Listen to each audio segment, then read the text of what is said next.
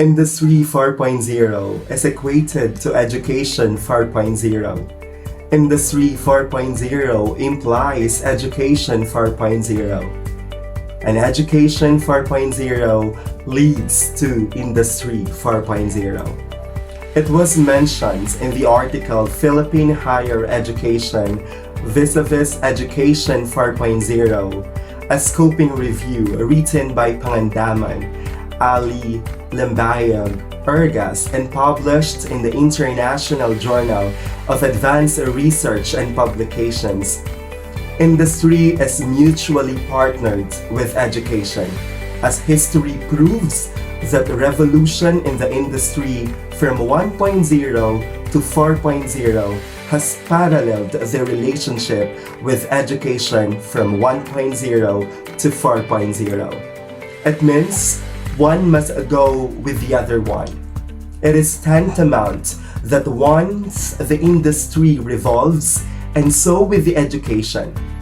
Education must be improved to cater the needs of the working world. Likewise, I would like to emphasize this idea to everyone, and I believe this is what the two articles try to instill in our minds. According to the readings, it is true that the Philippines really fall behind the other Asian countries. However, it is undeniably true that we are also trying to align our educational system to the global trends. For example, the implementation of the K-12 and the development of Philippine Qualifications Framework, or should I say the PQF. Furthermore, this PQF is expected to reshape the educational system by putting emphasis on the skills and training competencies and the mobility and job readiness of the workers, as well as the general landscape of the labor market in response to the major demographic shifts brought about by the Fourth Industrial Revolution and other economic policies. But the question is it enough? Do we have enough preparation in the advent of new normal? Are we caught off guard this year 2020? I believe you've almost certainly heard or expressed these sentiments recently, as those working in academic institutions peer out into the gloom ahead, trying to find the best path forward, yet knowing that all these experiences, the modules, the virtual classes, and the whatnots about online learning are new and uncertain, and that we are surrounded by obstacles we have never encountered before. Though it is true that we are leading to that path or direction. However, our grand challenges have become too urgent, or should I say, it seems that we are having a swift transition which we have least expected. This pandemic may break our educational system, yet it may also remake it by forcing shifts that seemed unimaginable just a few months ago. It is like an eye-opener to everyone that it is a must that we must consider right at this moment the call of this Industry 4.0. Indeed, one of its concrete examples is the virtual learning, submerging ourselves with technology in teaching and learning process. Accordingly, as a teacher and would be a school leader, I am really aware of how digital transformation would be an immense help for the academe to suffice the need to be updated and on trend, most especially in this time of pandemic. We tend to innovate things just to provide the quality education that we aspired long time ago. Of course, it won't be a piece of cake, but the plethora of benefits of such transition shall be commenced and recognized in the near future. We are moving forward with digital transformation at a greater pace and with much less resistance. The benefits of digital transformation during the pandemic exceed simply moving missions and operations online.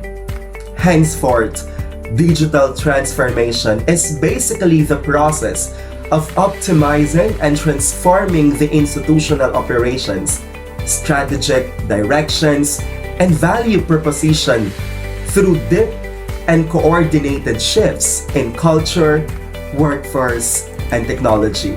And I can say that the Departments of Education, Commission on Higher Education, and down to the public and private schools have been trying hard to attend these operations, and we are aware of such.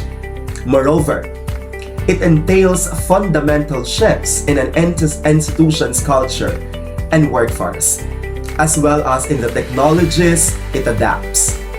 Digital transformation requires a culture that values flexibility and agility, has shifted from risk aversion to risk management, adjusts strategy in response to changing circumstances and new opportunities. For the last time, I would like to reiterate that yes, our country is hammering away these inevitable and irrefutable changes. But the question is, are these efforts enough? At this point, I'll be discussing how Education 4.0 will be accentuated during this pandemic. I have seen these statements while I am checking my Facebook account. Nokia rejected Android, Yahoo rejected Google, Kodak turned down digital cameras, and Blockbuster rejected Netflix. These four stories teach us to take risks, accept challenge, and if we must refuse it, it will become obsolete. Another two stories. Facebook takes over WhatsApp and Instagram. Grab takes over Uber in Southeast Asia. These, on the other hand, teach us to become so powerful that our competitors become our allies. Reach top position and work smart with competition, and keep innovating. These stories and their conforming lessons are relevant with what we are experiencing right now. The introduction of Education 4.0. We must make choices, take risks, and act.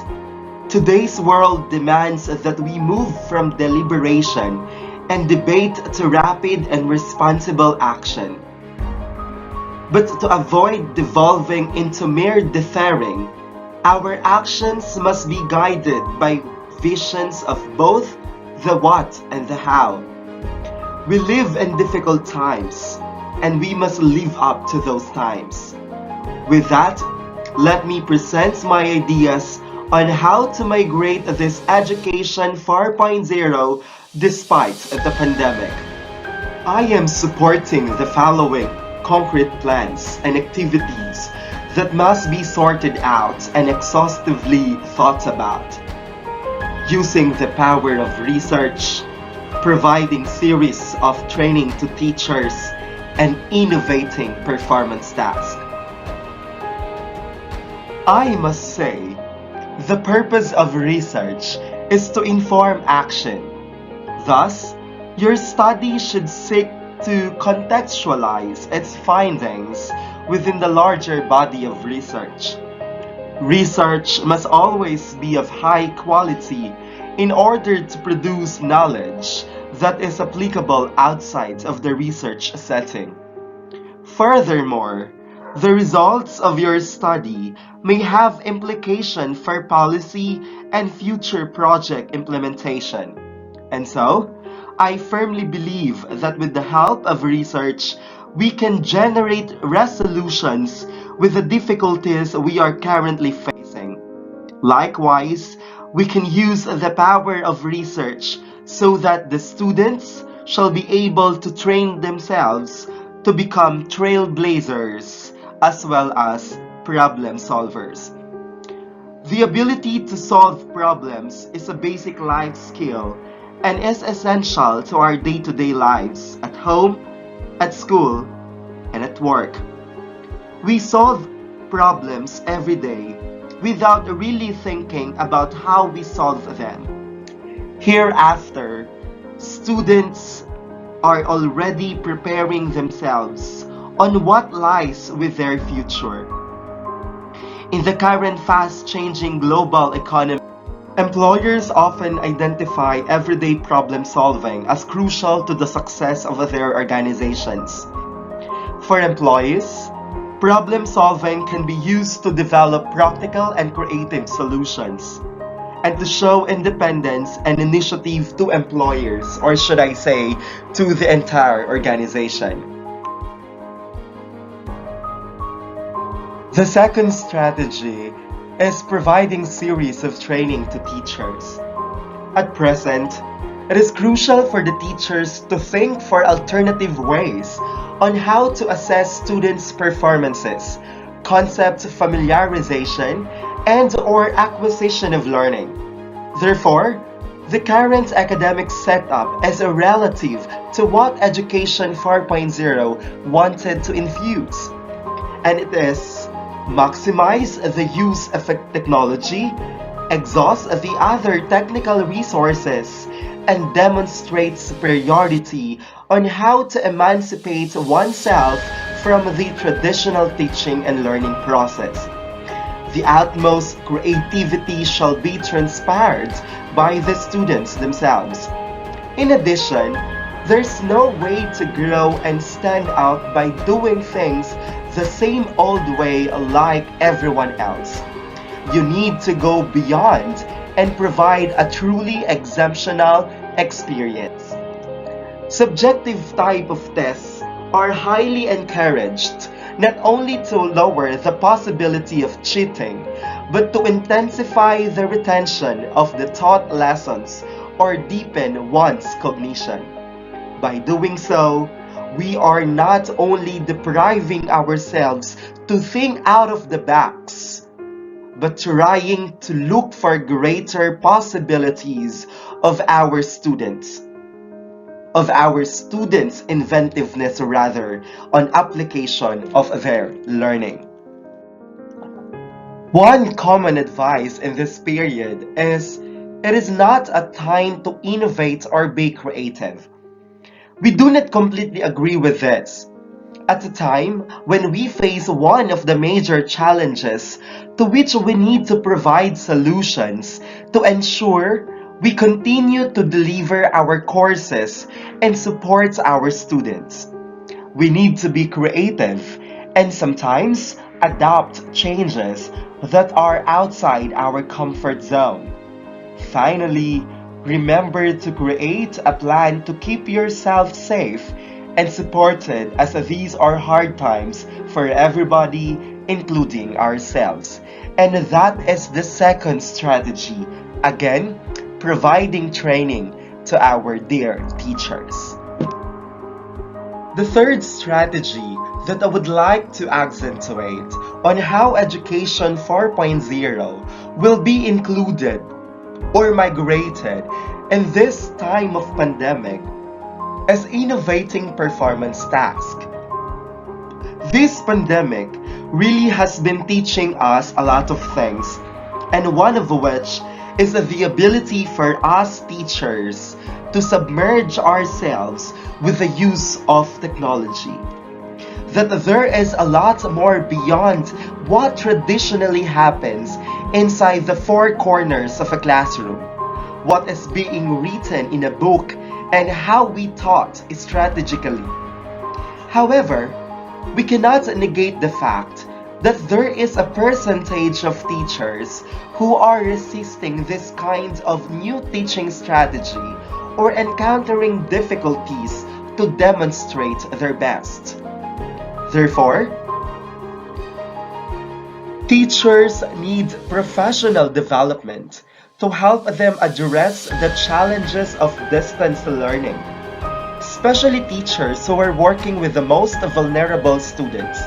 I believe if we try to continue giving training to our dear teachers on how to embrace Education 4.0, giving them the access and liberty to improve themselves with technology, I think we will be able to catch up also the Industry 4.0. Remember, teachers are the people behind a student's success.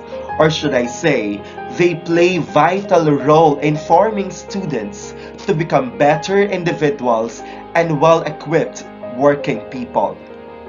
With that, we must stress the need to succor these people for them to outperform the necessary skills, wisdom, and knowledge that students must acquire.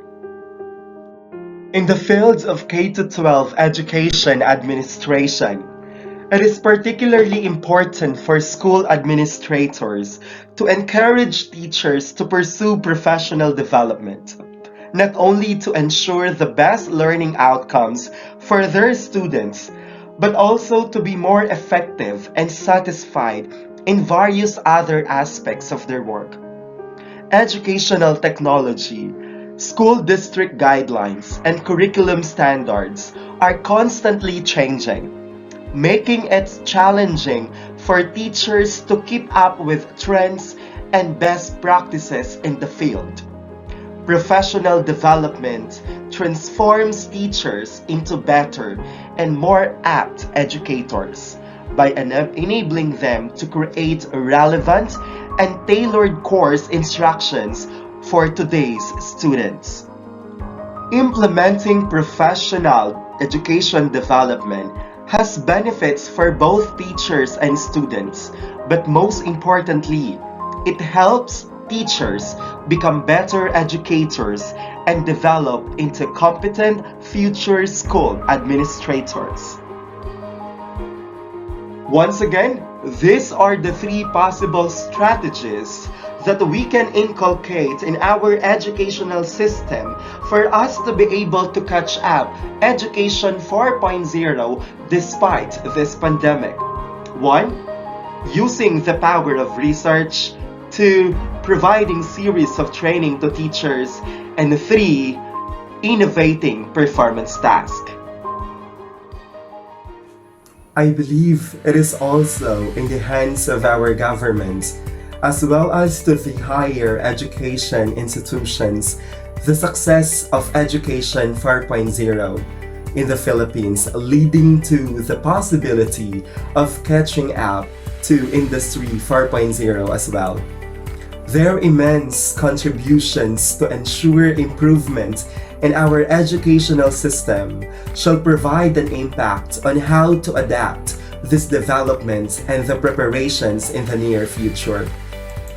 Policymakers and funders will need to address disparities in learning opportunities by ensuring that support for learning, including internet access and technology as well, classroom materials to promote academic, social, and emotional learning, are provided to the students who need them in this school year. Furthermore, it is likely that some of distance learning will continue.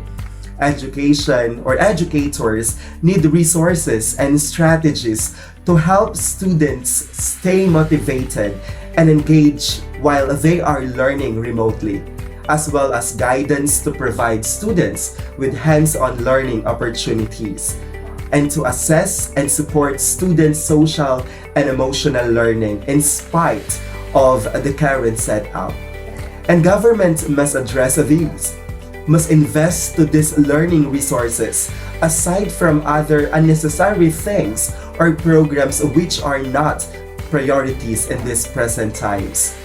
Indeed, this pandemic has caused higher education institutions to reprioritize goals and tasks.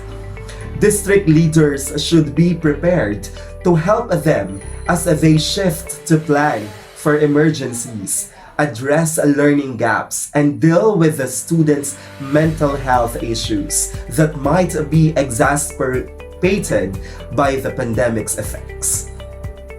Given this, I think it is a must for the government to prioritize other technological matters in education to suffice what Education 4.0 and Industry 4.0 call for.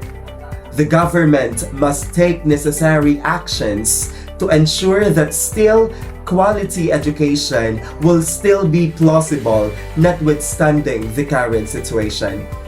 Well, other LGUs already doing their part, and that is a good sign of becoming social responsive. Of course, without the necessary resources, especially the budget, how will these students would aim to become better Filipinos? The higher education as well must partake in this reformation in the Philippine educational system, not compromising the quality of education. Universities and/or tertiary educational institutions must be able to come up with a better plan on how to engage themselves to become excellent in their own field, maximizing all the means, support, and resources to better their delivery of instructions and learning of the students. The success of graduates depend on three ingredients: how they are taught, how they are mentored, and what they have experienced. The shift to remote learning and social distancing has upended this recipe. Even before the pandemic, only a fraction of students made use of the wide range of curricular and extracurricular experiential learning opportunities offered on campuses. And that is the reason why other students deprive themselves to engage, themselves to the society in terms of work fields, in terms of the application of their learnings, which Industry 4.0 asked or calls for. Now, to overcome constraints posed by distance scheduling on convenience, these are provided online, a template that bodes well for supplementing future face-to-face engagement. New online programs are already enhancing the academic preparations of incoming students or the students for this school year, offering them experiences and easing their social transition into virtual teams and groups. Students are learning to create solutions that mitigate the social and economic impacts of the virus. Thus, additional technology-based subjects must also be considered to their curriculum or to their curricula. These courses shall ensure that whatever occurrences that are bound to happen, our students will be able to cope up in the working world. The pandemic has the power to humble us all and open our eyes and ears in new ways. We have been disoriented by COVID-19 and forced to listen more, emphasize, and fully imagine how to serve the needs of our students, employers, and communities. Faculty, supported by offices of teaching and learning, are finding new ways to weave student concerns into course design. We must continue to listen carefully as we design curricula and teaching for the future. With that, let us be one on this reformation, Education 4.0, for I believe nothing is impossible if we have passion, courage, and willingness to be part of this revolution, for this reformation, for this inevitable change, for our future. Once again, this is Mr. Albert Dizon saying, I am a true solution educator willing to take part on this Education 4.0, Industry 4.0 para sa bayan, para sa bata. Thank you and Godspeed.